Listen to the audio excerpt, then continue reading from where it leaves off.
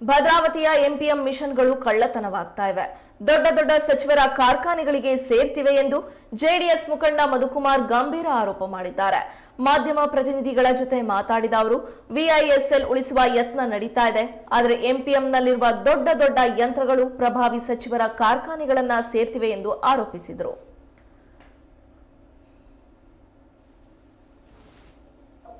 Sir, ಈಗ ವೈಜಾಗ್ ಇಂದು update ಮಾಡಿದ್ದಾರೆ.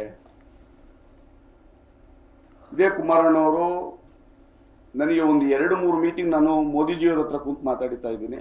ನನಗೆ ಒಂದು 2-3 ಮೀಟಿಂಗ್ ಅವಕಾಶ ಮಾಡಿಕೊಡಿ, ಕಾರ್ಖಾನೆ ನಾವು ಯಾವುದೇ ಕಾರಣಕ್ಕೂ ನಾನು ಬಿಡಲ್ಲ, ಕಾರ್ಖಾನೆ ಉಳಿಸ್ಕೊಡ್ತೀನಿ ಅಂತೇಳಿ ಮೊನ್ನೆ ಕುಮಾರಣ್ಣವ್ರು ಹೇಳಿದ್ದಾರೆ.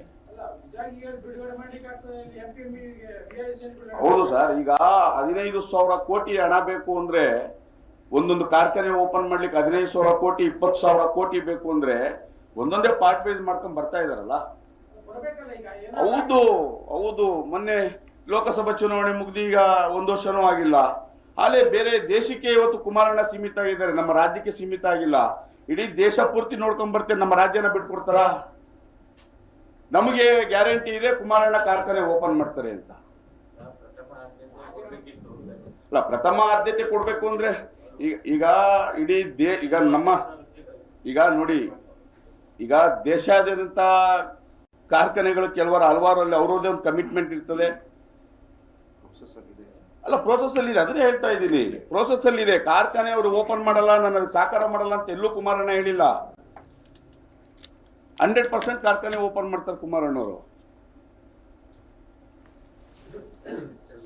ಇವತ್ತು ರಾಜ್ಯ ಸರ್ಕಾರಕ್ಕೆ ನಾವ್ ಹೇಳ್ತೀವಿ ಕೇಳಿ, 23 ಭದ್ರಾವತಿಯಲ್ಲಿ ಸಿದ್ದರಾಮಣ್ಣವ್ರು ಹೇಳೋದ್ರಲ್ಲ, ನಮ್ಮ ಸರ್ಕಾರ ಬರ್ತಿದ್ದಂಗೆನೆ 3 ತಿಂಗಳಿಗೆ ಈ ಕಾರ್ಖಾನೆ ಓಪನ್ ಮಾಡ್ತೀವಿ ಅಂದ್ರಲ್ಲ, ಎಲ್ಲೋಯ್ತು ರಾಜ್ಯ ಸರ್ಕಾರಕ್ಕೆ?